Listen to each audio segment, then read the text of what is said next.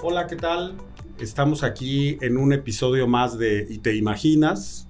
Y hoy vamos a hablar de tecnología en el sector de farma, que hay mucho que decir.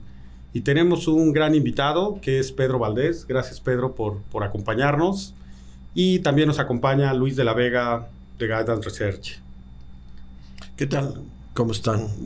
¿Qué tal? Un gusto a todos. Y bueno, brevemente comentarles, Pedro estudió sistemas computacionales y administración en el TEC de Monterrey. También estudió en la Florida International University y ha trabajado en diferentes empresas muy interesantes como Pricewaterhouse, Novartis, y actualmente es el director de Innovación Digital y Tecnología de Información para Latinoamérica. Entonces, pues bueno, vamos a entrar de lleno a este tema. Como ustedes saben, después de la pandemia, pues ¿quién no quiere saber qué innovaciones hay en el sector de salud, en el sector de farma, ¿no? Y aquí yo te quisiera preguntar, Pedro, desde tu perspectiva, ¿cuáles son las innovaciones basadas sobre todo en tecnologías de información que tú crees que van a tener mayor impacto en la industria en los próximos, ¿qué te gusta? 5 o 10 años. Es una pregunta bastante interesante y más cuando estamos refiriéndonos a todo lo que pasó después de pandemia. Entonces yo creo que ha habido una revolución tecnológica bastante importante en los ecosistemas de salud. Y yo creo que de las innovaciones más importantes es primero la automatización de procesos, como los robots, ahora en automatización de procesos. Tenemos ahora inteligencia artificial e inteligencia artificial generativa. Tenemos muchos servicios ahora también sobre la nube, y algo súper importante que tenemos que considerar cuando estamos hablando de tecnologías de información en esta época donde la aceleración de estas plataformas es súper dinámica, es ciberseguridad. Y creo que esas son las principales tendencias en las que la mayoría de las compañías en la industria farmacéutica se está invirtiendo en estos momentos. Aparte de los commodities que ya conocemos, ¿no? ERPs, CRMs, plataformas para recursos humanos, etc. ¿Y qué papel jugó la pandemia como catalizador del uso de la tecnología de información? ¿Tienes algunos ejemplos? Claro que sí, Luis. Yo creo que la pandemia es un catalizador en donde agarró a todos de cierta manera en evidencia de quiénes realmente estaban invirtiendo en tecnología y quiénes no. La realidad es que algunos estaban más preparados que otros, unos tenían mejores niveles de madurez en cada una de sus plataformas. Y esto aceleró justo su inversión. Al final, muchas empresas tuvieron que cambiar sus canales en donde realmente hacían los negocios. Y esto fue el caso de la industria farmacéutica. Creo que tuvimos que cambiar exactamente los modelos de cómo interactuábamos con nuestros principales clientes, llámese médicos como principal actor, pero también con nuestras asociaciones médicas, con algunas asociaciones de pacientes, con inclusive propio sector público, privado. Entonces la omnicanalidad jugó un papel muy importante, se incrementó la telemedicina y la telemedicina creo que fue un boom impresionante, más en este sector para la salud y para farma, porque si tienes un doctor, especialmente en México, donde tú tienes un cierto tipo de ganancia y que impacta tu bolsillo en una visita con un paciente en un consultorio privado, y en la pandemia deja de visitarte ese paciente, pues se te está yendo gran parte de tu ingreso, ¿no? Entonces creo que la telemedicina también empezó a ayudar y a fomentar este tipo de nuevas tendencias de cómo tratamos a las personas en el sector salud.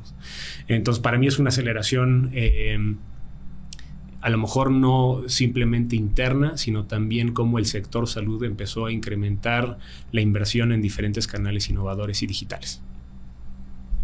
Y déjame preguntarte, Pedro, en México, como sabes, pues tenemos temas de propensión genética, de diabetes, obesidad, problemas de obesidad, inclusive no solo en adultos, sino en niños, y otra serie de enfermedades, digamos que crónicas, que nos afectan. Pensando en estos beneficios, por todos lados escuchamos inteligencia artificial generativa, manejo de grandes volúmenes de datos. Ahora que la tecnología lo permite, ¿cómo te puedes imaginar el futuro de la salud si pudiéramos aprovechar esas tecnologías? ¿Pudiera ser que la prevención tuviera un mejor enfoque, mayor énfasis que solo corregir cuando ya tienes el problema encima? Completamente. Creo que las nuevas plataformas usando inteligencia artificial y todos los nuevos modelos o algoritmos que pudiéramos de aprendizaje usar en el ecosistema de salud incrementan definitivamente ciertos modelos para prevenir enfermedades, enfermedades crónicas, diabetes, inclusive cáncer, ¿no? Uh-huh. Creo que lo más importante para mencionar en este tipo de tecnologías en el ecosistema de salud es qué tan avanzados nosotros en el ecosistema de salud, y cuando me refiero al ecosistema de salud es todos los actores que participan en habilitar este tipo de tecnologías a nuestra población. Sabemos que lo primero es tema de regulaciones. La tecnología avanza de una forma muy rápida. Entonces, tenemos que trabajar muy de cerca con las entidades regulatorias para saber cómo manejar ahora en el país este tipo de soluciones y qué tan fácil podríamos acelerar la aprobación de este tipo de soluciones también en los mercados. Porque a uno de tus comentarios en temas de demografía y genética, no es lo mismo una data clínica en Escandinavia a una data clínica de pacientes en México.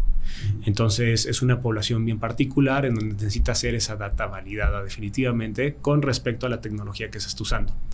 Entonces eso es lo primero. Creo que facilitar los procesos en las entidades regulatorias para que esta tecnología sea disponible lo más rápido posible en tratar de proponer y dar esa data clínica a nivel local, creo que aceleraría mucho justo la disponibilidad de estas tecnologías. Ese es uno.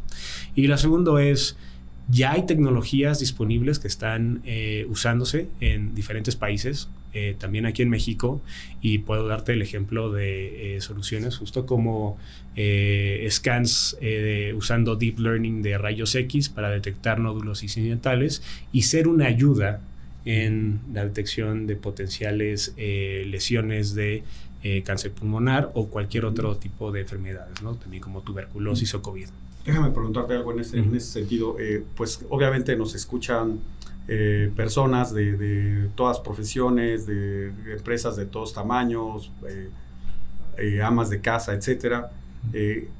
¿Cómo podrías tú definir de una manera sencilla Deep Learning, lo que mencionaste? Excelente pregunta. Y gracias por regresarme justo a ese concepto. Al final, Deep Learning, si lo pudiera resumir, es una rama de la inteligencia artificial, ¿no? Es como si habláramos de física. Física, al final, es un concepto como materia sombrilla, y esa materia sombrilla llamada física tiene muchísimos otros temas o tópicos que abarcan justo la física. Termodinámica, etcétera, ¿no? Lo mismo pasa justo con la inteligencia artificial. La inteligencia artificial tiene abajo diferentes áreas en donde tienen cierta relevancia algunos estudios. Entonces tienes robótica, tienes machine learning, etcétera. Entonces dentro de esas áreas, dentro de Machine Learning, existe ahora algo que se llama Deep Learning, y Deep Learning es básicamente la conexión, vamos a decirle, de forma más profunda en analizar con algoritmos de inteligencia artificial sonidos, imágenes, voz, música, etcétera, ¿no? Entonces a eso se enfoca Deep Learning. Ok. Oye, hemos hablado de un caso de éxito, ¿no? Que nos platiques para la detección o probable detección de cáncer en las radiografías, ¿no? Pero yo quisiera pensar la inteligencia artificial al revés, ¿no? En la pandemia fue notorio que el tiempo que se tomaron en sacar la vacuna pues batió récords, ¿no? Y no estaba tan desarrollada la inteligencia artificial. Ahora, la inteligencia artificial ayuda a que las investigaciones se reduzcan en el tiempo y pudiéramos reaccionar más rápido hacia las nuevas enfermedades que van saliendo. Creo que la inteligencia artificial es una herramienta súper poderosa en todos los procesos y ámbitos en la mayoría de las industrias, ¿no? Y definitivamente la industria de salud es una de ellas. Y el usar la inteligencia artificial y una data sumamente validada y con una calidad de data superior a la que antes estábamos acostumbrados facilita que los procesos de validación clínica en diferentes partes del mundo sea mucho más acelerado. Entonces, definitivamente va a haber una tendencia a que ciertas moléculas innovadoras dentro de la industria farmacéutica empiecen a ser lanzadas al mercado de una forma más rápida. Es como disponibilizamos innovación en pro de la salud de la gente. Y una pregunta, una curiosidad que por mi parte. Las grandes marcas de empresas farmacéuticas pues son británicas, suizas, estadounidenses, como que está muy concentrado en lo que llamaríamos el primer mundo, ¿no? Aquí mi pregunta es, ¿qué tan relevante es el rol de México como país dentro de la industria farmacéutica global? Es decir, me pregunto si hay actividades de valor agregado que se hagan aquí, más allá de manufactura simple, no sé, de actividades administrativas. Yo tengo entendido que de pronto las farmacéuticas hacen convenios con laboratorios de las universidades y ecosistemas en diferentes lugares del mundo, pero ¿cuál es el rol que juega México? O sea, ¿estamos en las grandes ligas en temas farmacéuticos o todavía nos faltaría por ahí avanzar para podernos incorporar a niveles más relevantes? Creo que lo voy a hablar voy a empezar hablando de un poco nivel general, ¿no? A través de todas las industrias creo que ya hay una ventaja que se está viendo en México. Y la ventaja que está viendo en México es el talento y la calidad de el conocimiento y educación que tenemos y competitividad que tenemos aquí en el mercado. Entonces creo que está saliendo muy en los headlines, en la mayoría de los periódicos o en los medios de comunicación, el famosísimo nearshoring, ¿no? Entonces, dentro del mismos esquemas de nearshoring estamos viendo mucho más inversión en la industria farmacéutica en México. Pueden ver justas noticias que más y más hay inversión en crear centros de innovación tecnológica en México, en diferentes partes del país, no nada más en la Ciudad de México, y esto da una ventaja definitivamente contra otras regiones en el mundo. Y creo que esta tendencia va a seguir en crecimiento. Creo que tenemos esa oportunidad de capitalizarlo justo con este nuevo expertise que estamos creando en el país, y que no nada más eso está generando también un poco de atracción en diversidad e inclusión también en género, de empezar a atraer mucho más talento mexicano que no nada más sea género masculino. Hemos visto justo para temas de ciencia, tecnología, matemáticas e ingeniería, es un poco disparejo, digamos, la presencia del expertise en este tipo, en género masculino contra el femenino. Y creo que esto va a incrementar mucho más awareness en que ese balance llegue de cierta manera por justo esta tendencia de que estamos ofreciendo nuevas oportunidades laborales y de trabajo en zonas y áreas de estudio mucho más excitantes, innovadoras, ¿no? Como el esquema de salud, y sabemos que la salud es súper importante para cada uno de nosotros y es un tema que no se va a ir pronto. Pero ¿existe desde tu perspectiva la posibilidad de que en algún momento podamos crear moléculas, como le llaman, medicamentos en el país a nivel de investigación, o para eso se requeriría un desarrollo distinto desde universidades y convenios con los grandes institutos de investigación médica como los que hay en la Ciudad de México, en el sur de la ciudad, etcétera? No sé ahí cómo ¿cuál es tu lectura? Mi lectura es que es un área de oportunidad y tendríamos que definitivamente como país invertir desde el inclusive aspecto público, ¿no? Hacia las universidades. creo que falta potencialmente un fondo para investigación mucho más rigurosa y también en un cierto porcentaje anual. Entonces, creo que todavía en temas ahora de investigación contra tecnología es diferente a lo mejor la conversación, y bueno, a lo mejor podríamos en nuestro siguiente podcast tener alguna perspectiva de cómo se ve esa inversión en investigación científica en el país. De acuerdo. Hemos hablado de regulación. Yo vengo principalmente del sector financiero, y la verdad es que la regulación es demasiado estricta, y yo creo que afortunadamente, porque de esa forma tratas de proteger pues al cuentaviente, ¿no? a los clientes de los bancos. Aquí la regulación en México está muy avanzada, entonces también es una ventaja hacia la gente que utiliza los servicios financieros, ¿no? En el caso de ustedes, en el caso de la salud, ¿cómo aplica la regulación mundial y si hay regulación particular en México? ¿Cómo ayuda a dar mejores servicios a la gente, ¿no? Luis, creo que acabas de dar una pregunta bastante compleja en todo el ecosistema. A lo mejor podríamos pasarnos toda una tarde platicando sobre el tema, pero creo que mi punto de vista es necesitamos articular dentro del ecosistema de salud a todos los diferentes actores justo a generar cambios en el ámbito regulatorio. No todo es perfecto, ¿no? Tenemos justo institutos muy buenos públicos que están dando avances, pasos de colaboración agigantados con diferentes iniciativas, ¿no? Con el Instituto Nacional de Cancerología, nutrición, etcétera, ¿no?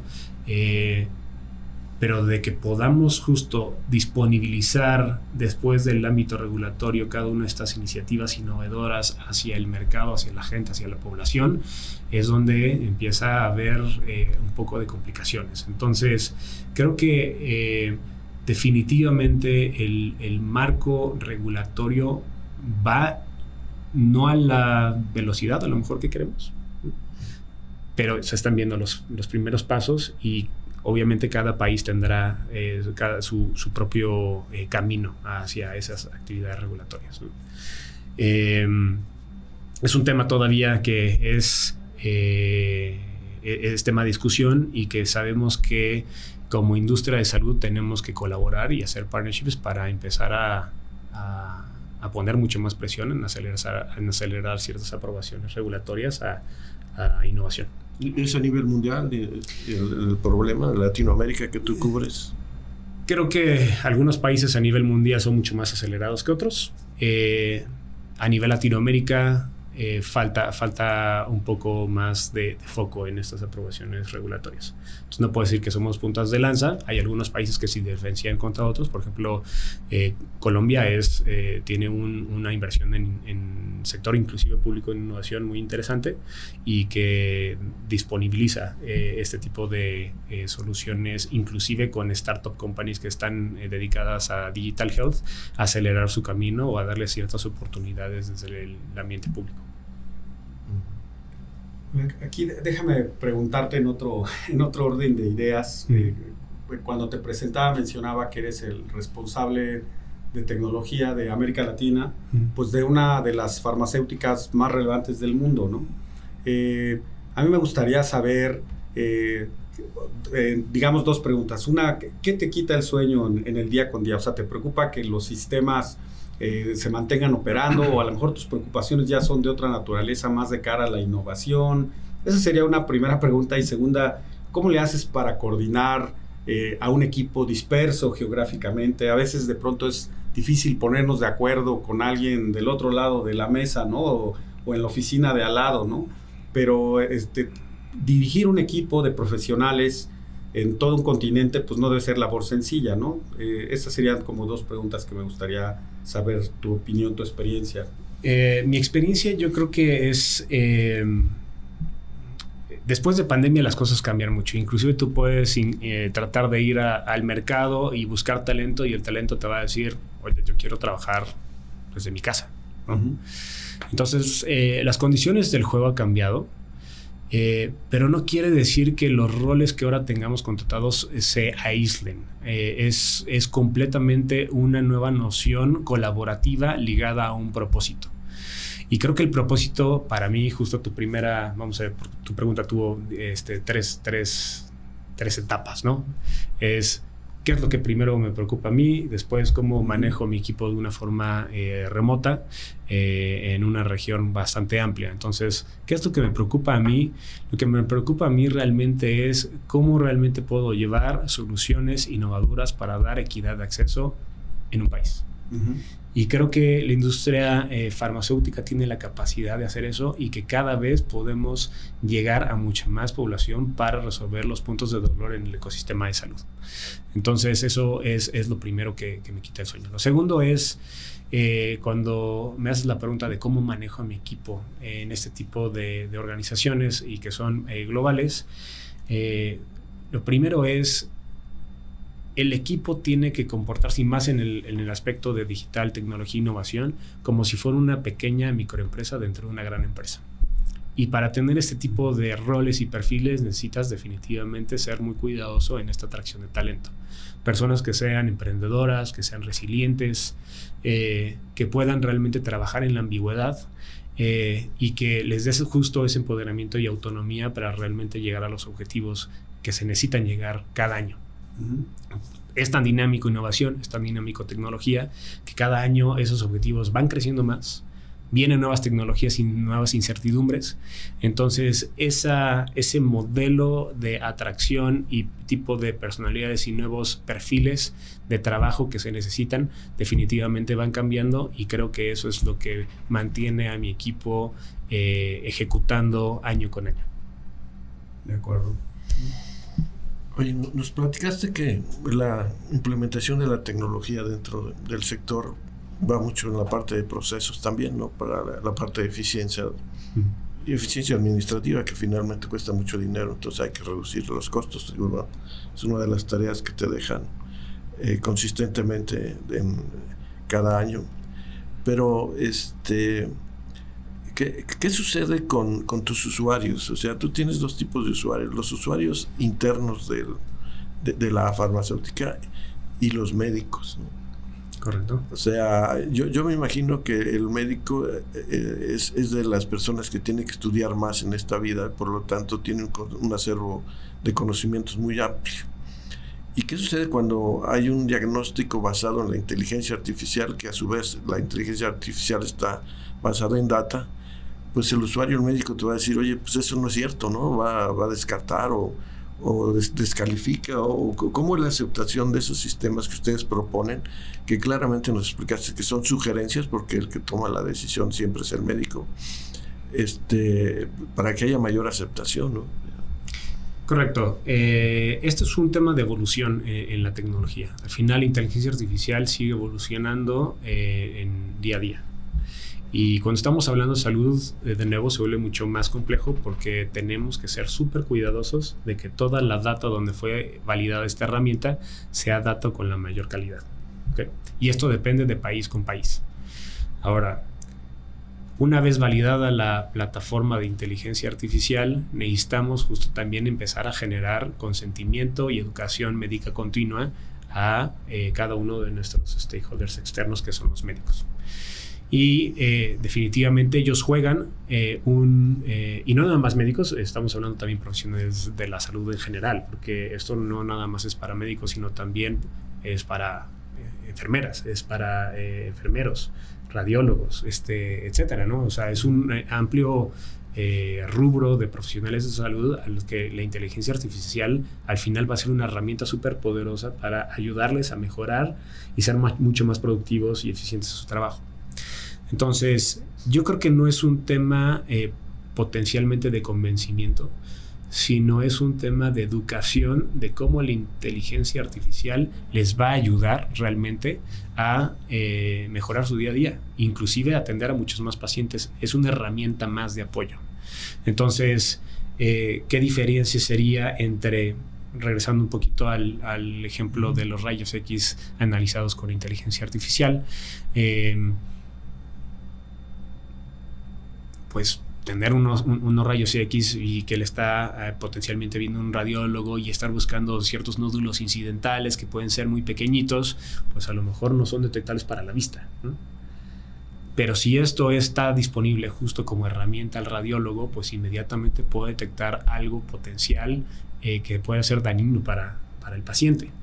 Entonces, esto le da una gran ventaja y creo que si le estamos dando visibilidad de cómo funcionan estas herramientas de tecnología, le estamos dando justo los beneficios de usar correctamente esta tecnología, entonces ellos pueden justo empezar a tener una mayor penetración, inclusive incorporar esta inteligencia artificial dentro de su día a día. Entonces, falta mucha educación. Creo que toda tu pregunta se basa en necesitamos seguir educando no nada más a este sector, creo que en general, la población mundial, de que la inteligencia artificial al final no viene a reemplazarte. Al final viene a ser una herramienta que te va a ayudar a generar mucho más productividad dentro de las labores que tú haces en el día a día. Y todo esto lleva hacia una educación continua en todos los sectores. Interesante, gracias. Sí. Déjame, y quizá para ir cerrando, me da una curiosidad a mi edad, que ya crucé los 50 años, pues cada vez es más frecuente el visitar a médicos, ¿no? Para de forma preventiva o a veces correctiva, ¿no? ¿Qué me dejas a mí entonces? Estamos ahí todos. Yo sé que hay una figura que es el famosísimo representante médico, que haciendo una analogía en una industria que quizá conozco un poco más, que es la industria de los seguros, pues se hablaba del papel del agente de seguros y cómo la tecnología podía o apuntalar ese rol o quizá reemplazarlo, ¿no? Eso se ha cuestionado durante mucho tiempo.